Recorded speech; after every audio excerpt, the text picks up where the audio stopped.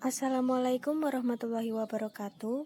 Perkenalkan, nama saya Aurelia Azarin, kelas 12 TKJ 3, nomor absen 5. Di sini saya akan mempresentasikan hasil analisis pengujian produk pot bunga dari tanah liat. Sebelum produk diproduksi dalam skala besar dan dijual ke publik, produk harus diuji terlebih dahulu guna memperoleh timbal balik atau respon dari sebagian konsumen sebagai sampling yang menjadi target sasaran penjualan produk. Dengan adanya uji standar produk ini, suatu perusahaan akan tahu kualitas produk dan harapan dari konsumen, serta memprediksi keberhasilan suatu produk sebelum didistribusikan ke pasaran.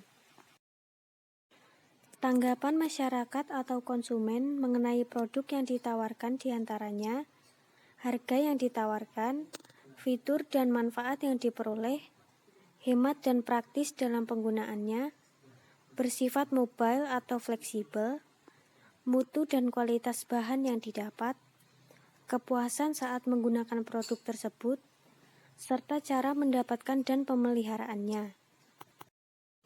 Dari ketujuh aspek tersebut, pengusaha atau produsen akan mengetahui penilaian masyarakat tentang produk yang dibuat, apakah produk tersebut sudah sesuai dengan keinginan masyarakat atau belum.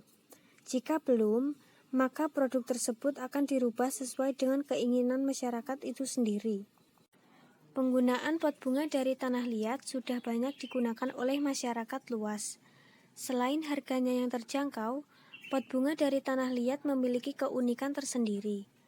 Meskipun proses pembuatannya terbilang agak lama, pot bunga dari tanah liat tetap diminati masyarakat yang gemar mengoleksi pot-pot untuk tanaman hias mereka.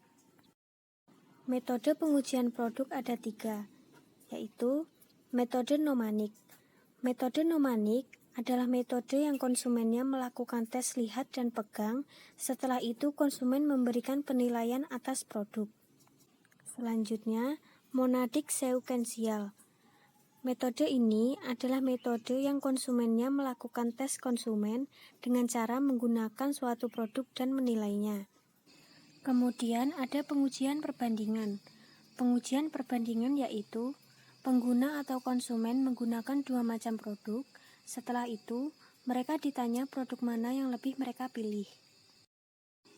Untuk metode pengujian produk pot dari tanah liat, menggunakan metode nomanik, yaitu konsumen berhak melihat dan memegang pot dari tanah liat, sehingga konsumen dapat memberikan penilaian terhadap pot tanah liat tersebut.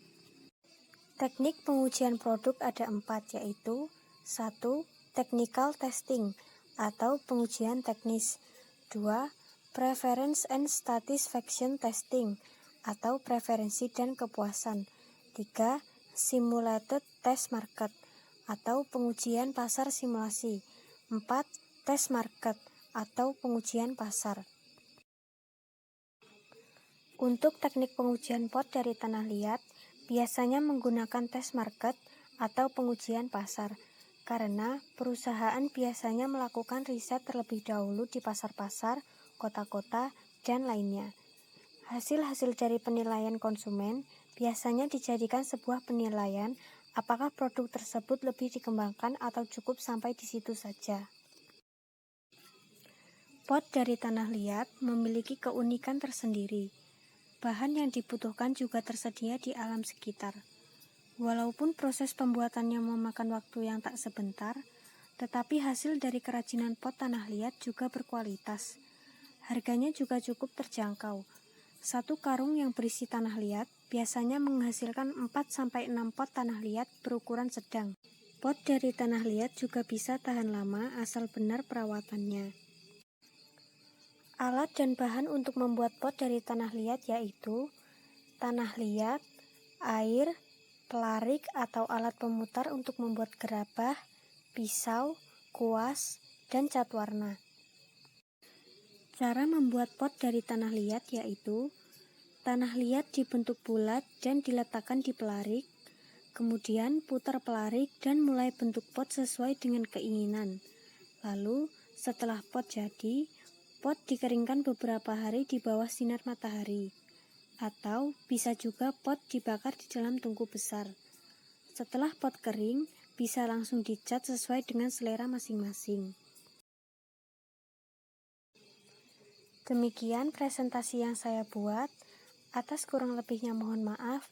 Wassalamualaikum warahmatullahi wabarakatuh.